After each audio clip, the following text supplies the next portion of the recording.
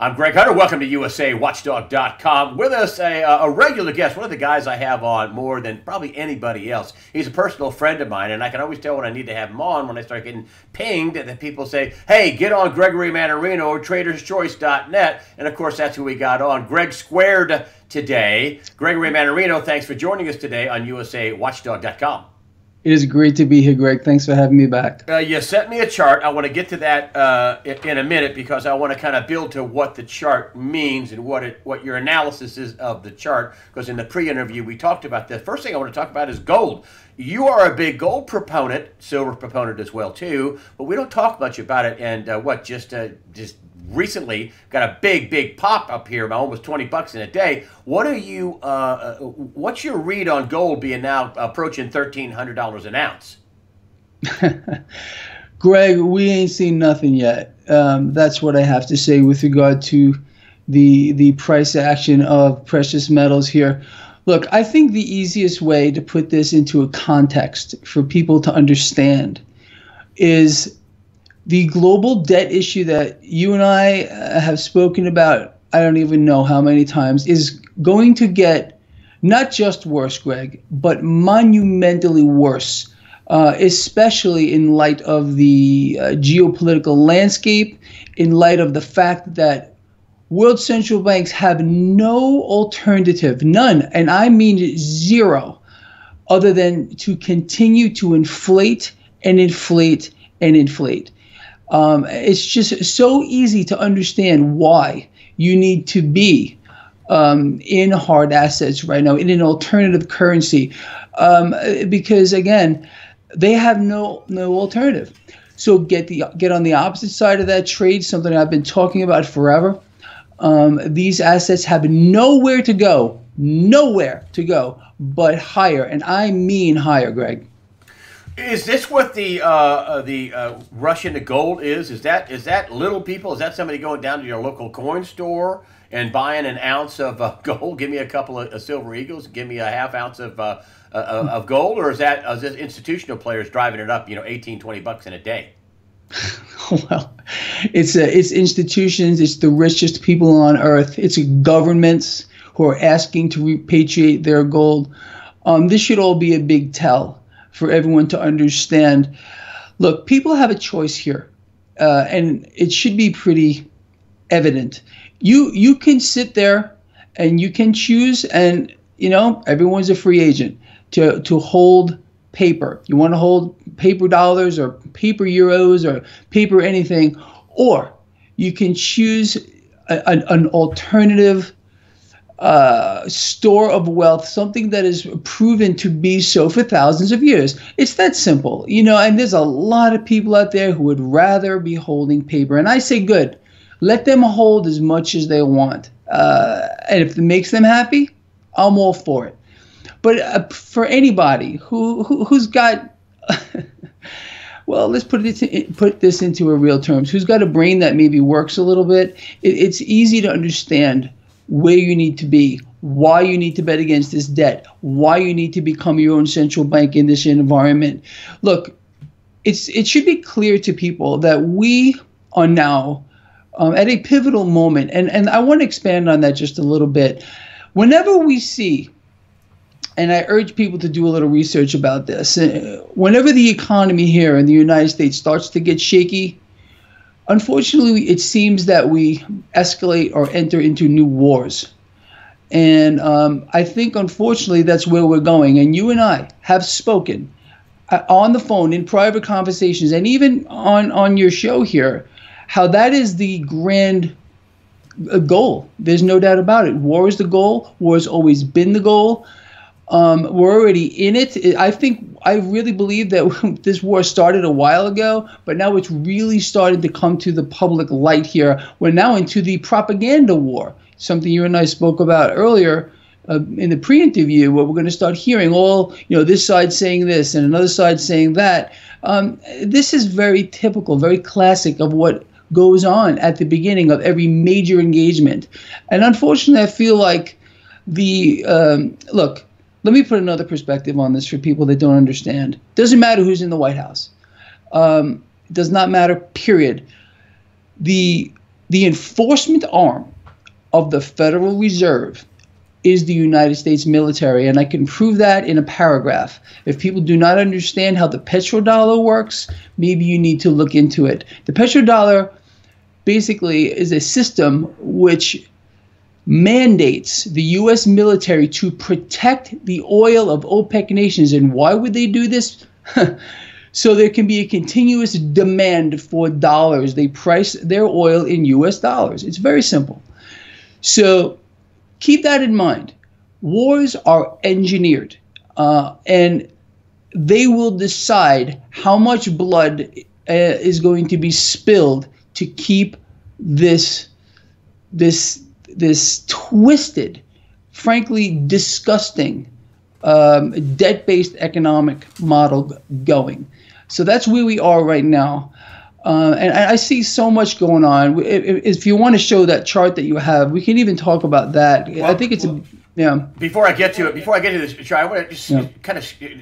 So this is what you're seeing with the whole Russian Syria. Russia has said that hey, that was yes, Syria did drop bombs, but they hit an ISIS a chemical manufacturing facility, and that was a false flag. And now Putin is out saying there are more false flags. And Nikki Haley in the UN is saying, hey, listen, you're stupid, Russia. You said you were supposed to take away, these chemical weapons, and you didn't. She probably has a good point there as well. But ultimately, Putin is saying that this was a false flag event, and there are more coming. You said, and then and Russia is the one asking for an investigation. Why isn't the U.S. asking for an investigation about this, chemical attack, this gas attack? We should ask for it. I mean, I'm an American. I want to know who actually did it. I want the truth. I want the truth. I don't want the Republicans or the Democrats or the Russians or I just want the truth. I just want to know exactly what we're getting into. I mean, Russia is a nuclear-armed country, and this could escalate into a nuclear war. I can't imagine Russia wanting to leave Syria. Well, I can't imagine Russia giving up their naval base and their new Air Force base over there, relatively new. So you're saying, are we headed for war no matter what? No matter what. We've basically been in a constant state of war for decades. It's almost since the inception of our country here. It just doesn't stop. The propagation of war and the escalation of wars is a major cash generating machine. Okay. And unfortunately, this is what they do. And these wars are financed by the central banks. Look, look, I am not sitting here being a conspiracy theorist. These are facts. And I urge people to look into this. And what you're talking about with regard to Russia right now is absolutely predictable. We're going to hear more of this. There's going to be more propaganda. There's going to be more lies being force-fed to the masses. And I urge everyone to right now be very diligent as to what you're hearing. Don't believe anything. Don't even believe me while I'm sitting here. Do research. Research every single thing that you're hearing before you conclude what's really going on here. But look, it all boils down to a very simple thing. It all boils down to those that are pulling the strings. Who's pulling the strings? The strings are being pulled by those that run the system, those that are holding the cash box. I know you're well aware of this, Greg, probably more than anybody else. What they do is they project onto people a scenario that they believe is reality. Okay, and this is what they've been getting away with. This is how they can do the things that they do. But again, this does not matter. It doesn't matter who ordered what or what's going on. If they want, meaning the central banks, and this is the Federal Reserve here. Look, they sit there and they rule by secrecy. They sit there and they lurk in the shadows and they leave other people out there to take the blame. This is the Federal Reserve. This is the world central banks now who have banded together here and realize, again, this is a wealth transfer. This is all this is. This is all it always has been. This is what world central banks do, none more so than the Federal Reserve. They blow bubbles and they burst bubbles. Greg, let's talk about. Wait. Stop. I want you to come back to this. So they banded together, the central banks, and they run out of ways to prop the economy up. Is this the ultimate bubble? Is war the ultimate bubble? Greg, the ultimate bubble right now is the global debt bubble. They know this debt can never be paid back. It can never be paid back. This is common knowledge. But yet people are still, and this goes back to the chart, which we're going to talk about in a little bit, people still want to hold on to because they feel like holding debt, holding a unit of debt. Bonds, sovereign bonds. Yeah. Yeah, they think that this is a safety play. Well, let's go. Let's bring your chart up right now. I'm gonna bring the chart up. This is something that you sent me, and two of the things you pointed out in the pre-interview, I marked the chart up, was this W. So here we have boom, and this is the sign where, just before the election, where the bond market goes up, and here we goes, it drops off again, and then we have the same pattern here, and you're saying that the pattern is going to turn into this. In other words, people are going to run into bonds. Is that right? Explain this chart.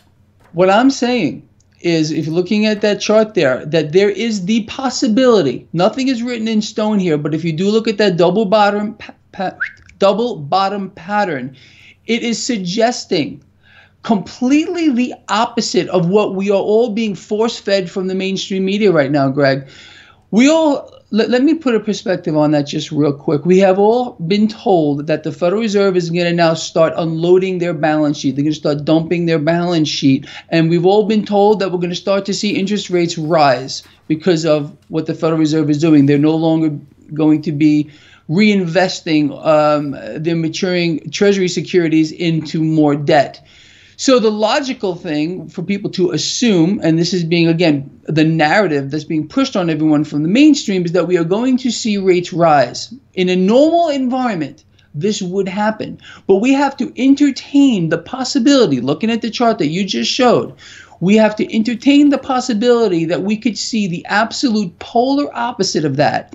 We could see, again, I'm not saying this is written in stone, but we need to entertain the possibility that we could see a mass inflow into debt here. And I'm talking about a mass inflow into debt here, which would drive interest rates down hard. Now, let me intercede here. One way, you were going to say one way. And so you're saying that this could be a giant scam on the market that, how do we keep rates from going up, and how do we force people into the bond market? I know, start a war that could turn nuclear. Is that what you're telling me, that they would actually start a war to drive people into the bond market and lower rates, which they can't do unless they have some external force?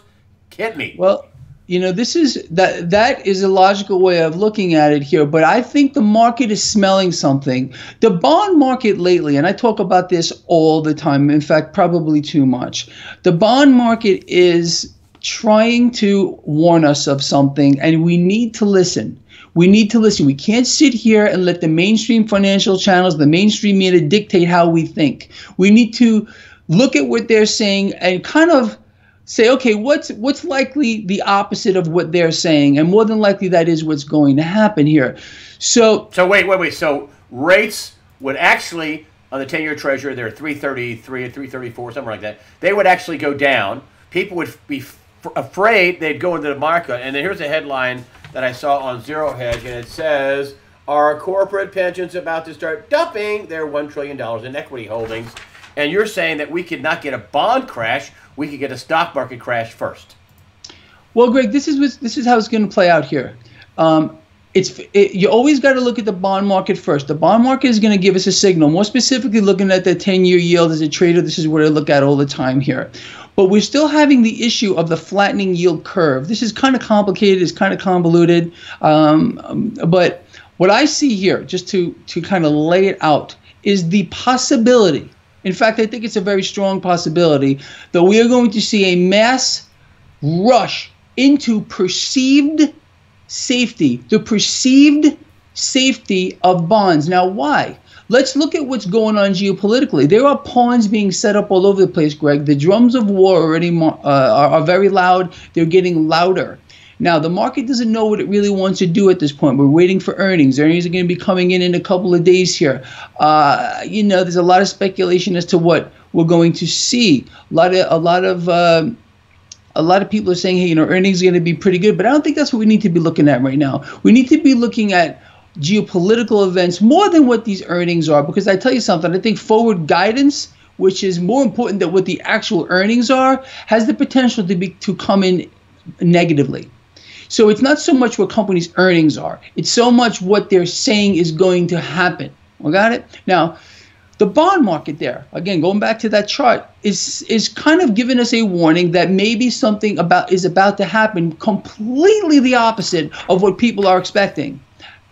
And I think that's very interesting. I would have to say that nobody else is talking about this. Again, you get that big W, that double bottom pattern. We had that one. You saw how the market reacted. Now, look, nothing is written in stone, but I think we need to listen, especially in light of the war drums that are being pounded all over the place. So if this happens, if we start to see a flood of cash moving, and you see, I'm not talking about a small move here in the bond market. I'm talking about a big move lower with regard to rates. What will this do? Where's that cash going to come from, Greg? Well, it's the safety move. So cash is going to move rapidly out of the stock market. Let me rephrase that. Has the potential to move rapidly out of the stock market into perceived safety, which would be the bond market, okay? Bond yields will drop because of all the fear. You will also see gold and silver move dramatically higher in this kind of a scenario.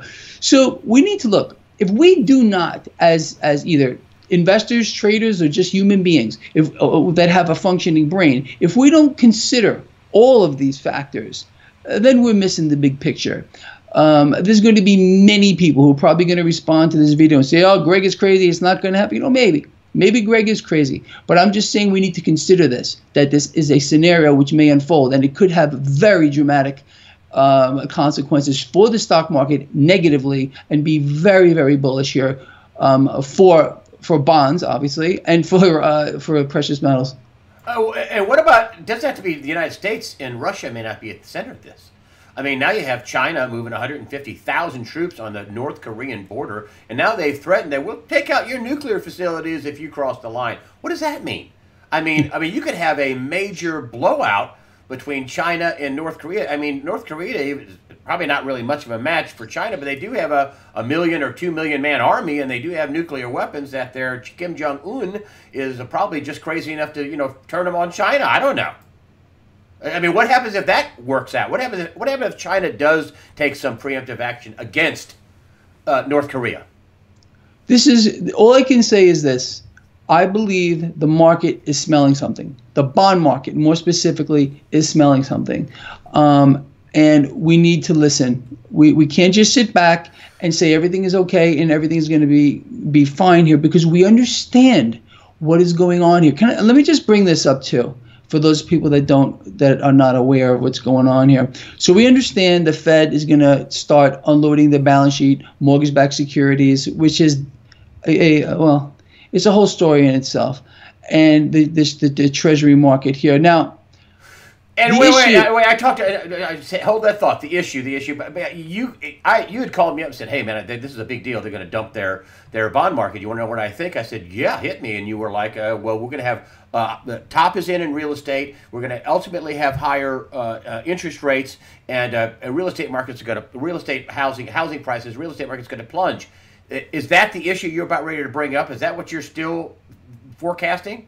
Well, that's part of it. But again, if things progress in a normal fashion, if in other words, if geopolitical events don't start to put a lot of weight against the stock market and into the bond market, that's what would happen here. We would see interest rates rise, which would cap the price here on housing.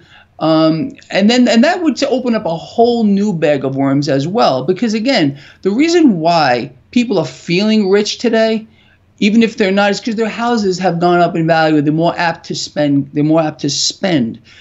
But if the Federal Reserve's initial plan were to work out the way they wanted to, in other words, we have a normal rising interest rate. We see the curve starting to get some slope to it and not be so flat, the yield curve. That scenario would unfold. We would get pressure on housing, no doubt about it. And this would have a lot of effects, a lot of fallout from it. But in the opposite scenario, we would still see, again, this major safety play. And we need to just consider that. But you know what really I'm going to back up. I'm going to interrupt you here. So do you think that this war is being manufactured to help the Federal Reserve exit their bond portfolio, to basically to reduce their balance sheet, to sell these mortgage-backed securities? You said they pumped it. Now they're going to dump it. They re-inflated the housing market. Do you think they could be that damn evil is to actually get the United States and other countries into a giant war so people rush into bonds and give them cover to sell their crap? Greg, it's much worse than that. It's so much worse than that. We are existing in an alternative universe. And I mean that in the literal sense. The world central banks, the Federal Reserve, introduced this fiat monetary system. This has allowed them to steal from future generations into infinity to sustain the now. In other words, just to maintain our current lifestyle, okay, here in the United States, we would need to double the debt again in the next 10 years. Double the debt again in the next 10 years. This cannot happen. Again, this mechanism of borrowing cash from the future to sustain the now, really, look, no one could put a top on this because these world central banks have done things that I think are completely outrageous up until now here. They managed to keep the bubble suspended, but the debt isn't the biggest bubble the world has ever seen. This bubble is going to pop. When the debt bubble pops, we're going to get a resource problem, a resource issue. We will not be able to borrow these funds from the future anymore. We are going to get a near, this is going to sound crazy, and I've said this before, we could experience a near extinction level event on Earth with regard to human life. I mean, resources will become scarce. And the way they are living will be completely turned upside down. Again, it's a debt-based economic model that demands that cash be borrowed into existence in greater and greater amounts to sustain where we are. If we can no longer do that, if we max out our credit card, we already have, 20+ trillion in debt here. If we get into more skirmishes, more wars, we have to double it even faster than before. Can't happen. It cannot happen. Wait. And you're saying that war is, could be an extinction level event when you talk about nuclear weapons. You're saying that war is a better alternative to letting interest rates spike and the whole thing, totally collapse. And that's I think it's all tied together. So you do think it's tied together. You think the Fed knows that the rates are going to rise, it's going to be catastrophic to the bond market, and they need to force everybody into the burning building. Greg, does anybody here listening, and I would love to hear comments about this, does anybody here find it suspicious that the Federal Reserve is talking about dumping their mortgage-backed securities right now and dumping Treasury securities right now? Does anybody find that to be somewhat suspicious right now where geopolitical events appear to be going? If you don't find that to be somewhat troubling, then you just are not engaging your brain. There is definitely something to this, and I think people need to consider it. Look, people are going about their business right now. They're going to work. And you think the Fed is pushing the idea of war to force people into the debt market so we can have more debt? Is that what you're saying? I think that the goal here of the Federal Reserve, who is the real government. Okay, it doesn't matter who's sitting in the White House. The military is the enforcement arm of the Federal Reserve, will do anything that they need to do to keep power. They don't care how much blood they have to spill. They don't care how much people are going to suffer. Let me just say this real quick. Talk about people suffering and what the Federal Reserve has done. Does anybody remember all the toxic assets that the Federal Reserve scooped off of the Wall Street banks' balance sheets to make the banks continue to function while people were getting thrown into the street, Greg, while people were losing everything? Some of my very best friends lost everything. Now, what the Fed, you want to talk about an institution that is criminal to the core? This is what they did, Greg. People, pay attention to what I'm about to tell you, okay? So the Federal Reserve, by artificially suppressing interest rates, not allowing the market to dictate fair value for debt, again, has created distortions across every single asset class, every one of them. They have reinflated a housing bubble. So now those toxic assets, those mortgage-backed securities are now worth something. And now they're going to sell these at a profit. Those profits should be going to those poor people that were kicked out of their houses, lost everything. No, that's not going to happen here, people. The Federal Reserve deliberately has created bubbles to save themselves, okay? This is what they have done. If the Federal Reserve would have allowed the market to do its own one and only job, that is to determine fair value, we'd be out of the woods right now. We wouldn't be facing another war right now. They refused to do this. The free market has been stolen. The free market has been taken away by runaway central banks, and people are not angry about this. People don't know what. Most people cannot walk and chew gum at the same time. This is the reason why they're not angry about it. They don't see what's right in front of their face, so they refuse to. But it makes me very angry to see these types of things happen here. And I'm telling you, mark my words, everyone, it's very suspicious what the Federal Reserve is doing right now. People need to start waking up that we really could be on the threshold of a major event which would force people into the debt market, huge amounts of cash coming out of the stock market because of all this fear, a massive amount of cash going into suppressed assets, gold and silver, housing under massive amounts of pressure. And we could be staring at the next real Great Depression. Gregory Mannarino, I don't have anything else for that, buddy. You just left it right out on the floor, buddy. Greg squared, and the biggest part of the square was you, buddy. It was a great time for you to come on and give your thing. And before I coach, so people are like, well, you know, he trades stocks and he's a trader and he's in the paper market. And you sweep all your money out. You trade, your shorts, your longs, whatever you do, which I'm suck at. It's like gambling, so I suck at it. But you actually take your money and you are constantly converting it into physical assets, paying off your house, or you're buying gold, you're buying silver, buying stuff like that. Is that what you're doing? So people understand when I'm pumping traderschoice.net, which is totally free, incidentally. Is that what you're doing? Explain what you're doing to people. Absolutely. This is all I do. I don't, this is my sole job. I trade the markets. That's all I do. So with that, I have to support myself. With that, I do convert into hard assets. I've been doing this for years upon years. I will continue to do this. I even own Bitcoin now, Greg. I've decided to divert into some of that too.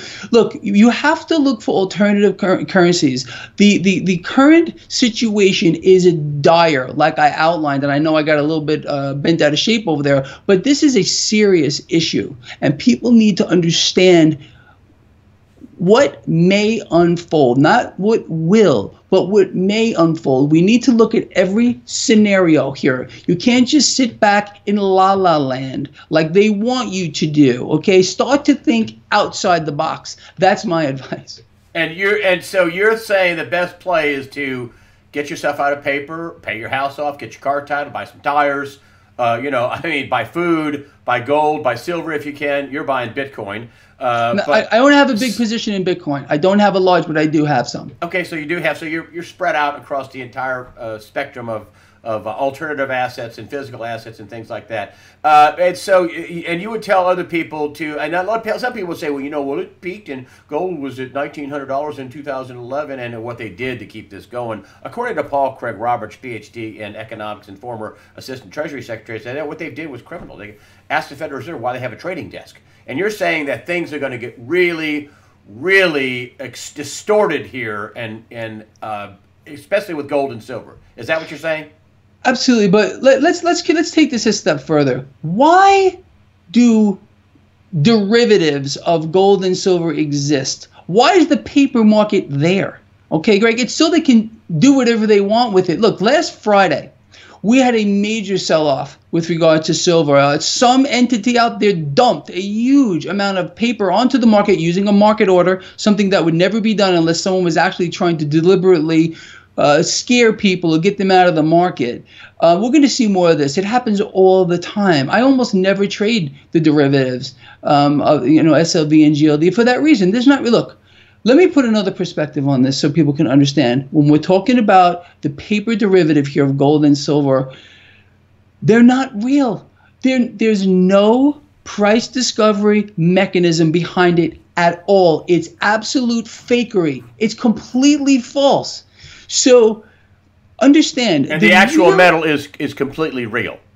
The actual metal is real, and we should be thanking our lucky stars that it is linked, that the price action is linked to the price action of the paper derivative. Because if it were not, the prices of the assets in that the real asset based in dollars, US dollars right now, would be multiples of what it is now.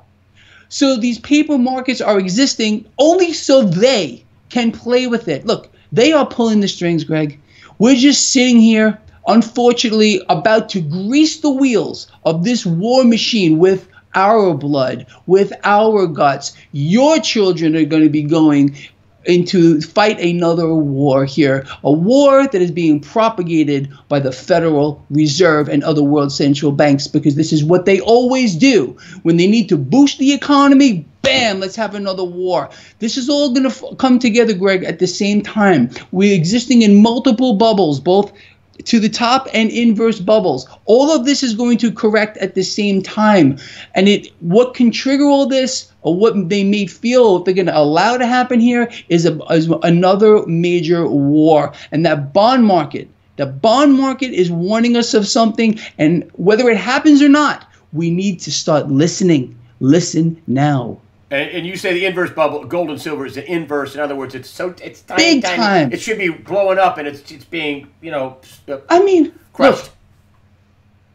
the global debt problem, how we started off with, is going to get monumentally worse. Let's see anyone argue that. Does anyone here who's listening to my voice believe that the global debt problem is going to get better? That should tell you what you need to do. I mean, it's the most easy equation in the face of the earth. It's like adding 2 + 2. I'm not asking you to define the quadratic equation here. I'm asking you to figure out what 2 + 2 equals. So this should be so simple for people to understand what they need to do. And they should have been doing this for a long time. And I think if these things, these geopolitical events continue to play out, and that bond market is telling us that something may happen, what's wrong with just taking a little bit of these fiat dollars that you have, convert these things into real assets to protect your wealth? Look, you can choose to hold whatever you want. You want to hold those pieces of paper with numbers printed on them, backed by nothing. These are unbacked liabilities being dispersed by bankrupt governments. You want to hold that. Good for you, because I can promise you, whoever you may be, I will be taking the opposite side of that trade, and I will win over time. No doubt about it.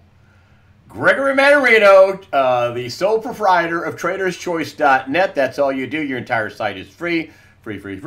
So thank you very much for coming on USAWatchdog.com. That was better than I thought it was going to be. Good, because I was excited, but that was better than I thought it was going to be. You killed it, buddy. You left it all out on the floor. Thank you for joining us today, Gregory Mannarino of TradersChoice.net. Thank you for joining us today on USAWatchdog.com. Thanks, Greg.